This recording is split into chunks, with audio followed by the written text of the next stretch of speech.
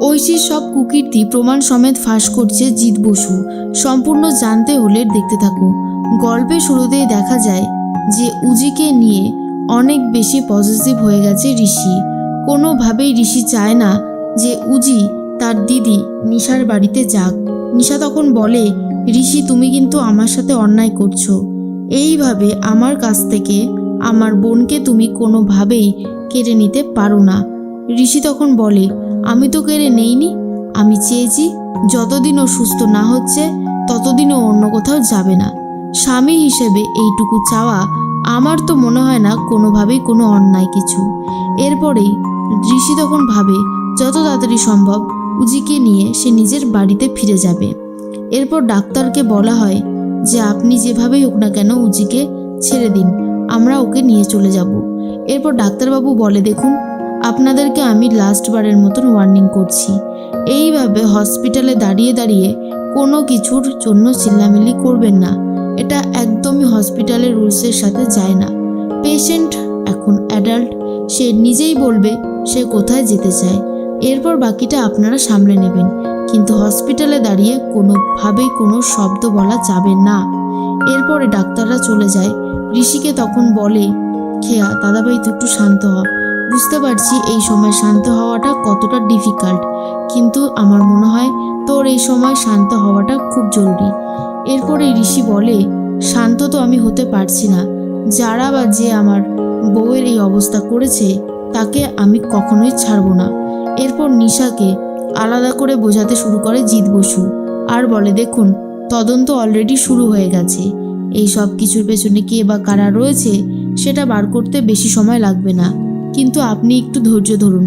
ঋষি যখন চাইছে নিজের বউকে নিজের বাড়িতে ফিরিয়ে নিয়ে যেতে, তখন আমার মনে হয় ওর এই ইচ্ছাটাকে আপনার সমর্থন জানানো দরকার, কারণ ঋষি এইভাবে চিৎকার চেঁচামেচি করে না যতক্ষণ না সে নিজের ধৈর্যের মধ্যে আছে। রুজিকে যদি নিয়ে যেতে চায় নিয়ে যাক, আপনি একটু শান্ত হন। এরপর কাকুমণি ঋষিকে বলে, ঋষি তুই নিয়ে যেতে চাইছিস, দিদি মানে তোর মা আর কি বৌদি জানতে পারলে কিন্তু অশান্তি করবে, আর তোর দিদি ঐশী সেও কিন্তু ছেড়ে কথা বলবে না। তখনই ঋষি বলে, পুরো ব্যাপারটা আমি সামলে নেব, এসবের মাঝখানে কাউকে আর পড়তে হবে না, আমি তো আছি, পুরো ব্যাপারটা আমি দেখে নেব। এর মাঝখানে ঐশী শঙ্কর সাথে কথা বলতে থাকে আর বলে, মনে হচ্ছে ওই ঋষি উজিকে নিয়ে এই বাড়িতেই আসবে, তবে মেশো মনে হচ্ছে এই কাজটা করিয়েছে, আবার এটাও ভালো করেছে নিশাকে ফাঁসাতে চেয়েছে, এক ডিলে একেবারে দুই পাখি শেষ করা যাবে। শঙ্খ তখন বলে, কিন্তু অফিসার জিৎ বসু আর উজি এরা দুজন মিলে তদন্ত শুরু করলে যদি সমস্ত সত্যিটা খুঁজে বার করে ফেলে তখন কি হবে? তখন তো আমাদেরকে এই বাড়িতে আর থাকতেই দেওয়া হবে না। তখনই ঐশী বলে, আরে বাবা তুমি এত ভয় পাচ্ছ কেন, আমি তো আছি, অত সহজ নাকি? কোনো কিছুই অত সহজ না, তুমি শুধু দেখতে থাকো কি হতে চলেছে। ওই উজিকে আমি কখনোই ক্ষমা করব না, ও ইচ্ছে করে সবার সামনে আমার চুলটা দেখিয়ে দিয়েছিল না, এবারও বুঝবে কত ধানে কত চাল। এর মাঝখানেই শোভাদেবী বলে, না না আমি বুঝতে পারছি না, নিশ্চয়ই আবার কিছু একটা হয়েছে, আমার ঋষি ঠিক আছে তো? খেয়া তখন বলে, দাদাভাই একদম ঠিক আছে, কিন্তু এক্ষেত্রে বৌদিভাই একটু অসুস্থ, বৌদিভাইকে কে বা কারা শরবত খাইয়ে মারার চেষ্টা করেছিল, এমন শরবত খাইয়েছে যে বৌমনির গলা বুক অবস্থা খুবই খারাপ, সেই জন্য কয়েকটা দিন কথাও পর্যন্ত বলতে পারবে না। সবটা শোনার পর শোভাদেবীর খুবই খারাপ লাগে।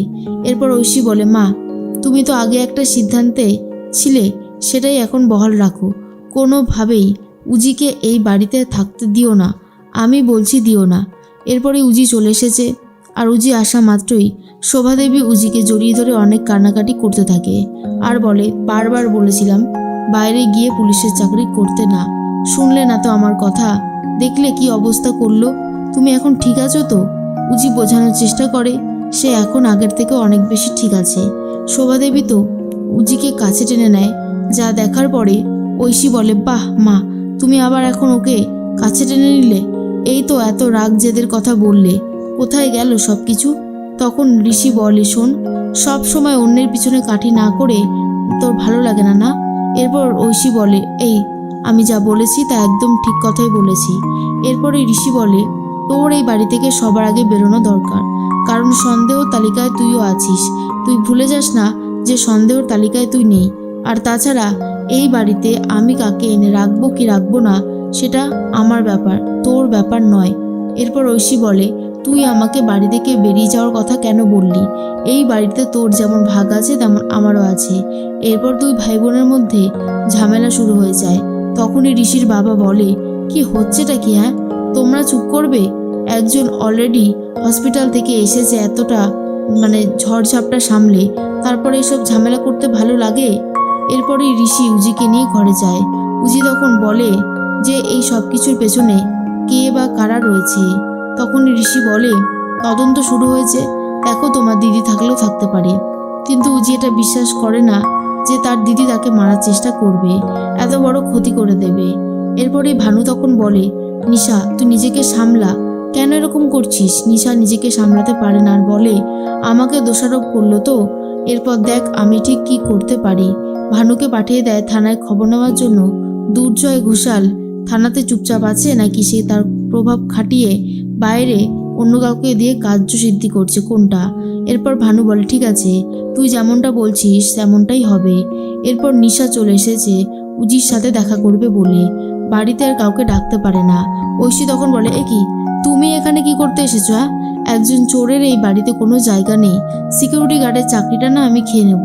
বাড়িতে যখন তখন যে কোনো কাউকে ঢুকতে দিচ্ছে পারমিশন ছাড়া, এটা তো মেনে নেওয়া যায় না। এরপরেই নিশাকে রীতিমতো হাত ধরে বার করে দেবে বলে ঠিক করেছিল ঐশী। তখনই এসে গেছে ঋষি আর উজি। তখন উজি বলে, আমার দিদিকে কেন বার করে দেওয়া হচ্ছে? ঋষি তখন বলে, দেখো আমি আগেই বলেছিলাম যে এইসব ঝামেলা আমার ভালো লাগে না। আর দিদি তুই চুপ করবি? অন্যদিকে নিশাকে বার করে দিতে চায় ঐশী আর বলে, তোমার মতন মেয়েদের এই বাড়িতে কোনো জায়গা নেই। তখনই চলে এসেছে অফিসার জিৎ বসু আর বলে, এই কেসটার তদন্ত অনেকদিন আগেই শুরু হয়ে গেছে। এবারে আমি একটা রহস্যের কুলকিনারা করতে পেরেছি, আর সেই রহস্যটা আমি বলছি। তখনই ঐশী বলে, আমি একটা কথা বুঝতে পারছি না, কি করে এই জিৎ বসু এত তাড়াতাড়ি সলিউশন করে ফেলে। জিৎ বসু বলে, যে ওয়েটারটা আমাদের খাবার সার্ভ করছিল, যে উজিকে খাবার দিয়েছে তাকে আমরা ধরতে পেরে গেছি। এরপর তার মুখ থেকে কথা বার করার চেষ্টা করছি। শঙ্খ তখন বলে, তার মানে ও সব কিছু বলে দিয়েছে? জিৎ বসু বলছে অনেক কিছুই বলছে, অনেক কিছুই জানতে পারছি। কিন্তু ঋষিবাবু একটা কথা জেনে রাখুন, ঐশী ম্যাডাম আপনিও জেনে রাখুন, উজি আপনিও জেনে রাখুন, কথাটা হচ্ছে নিশা মিত্র এই অন্যায়টা করেনি। আর তখনই উজি জানতো তার দিদি আর যাই করুক না কেন তাকে মারার চেষ্টা কোনোদিনও করবে না। ঠিক সেই মুহূর্তেই ঠিক করেছে নিশাকে প্রপোজ করবে অফিসার জিৎ বসু, আর সবার সামনেই রীতিমতো প্রপোজ করতে থাকে নিশাকে। আর যা দেখার পর নিশার চোখে জল চলে আসে, যে একজন এত ভালো মানুষ, এত ভালো পুলিশ অফিসার কিনা চোরের প্রেমে পড়বে, এটা তো জাস্ট ভাবতেই পারেনি নিশা।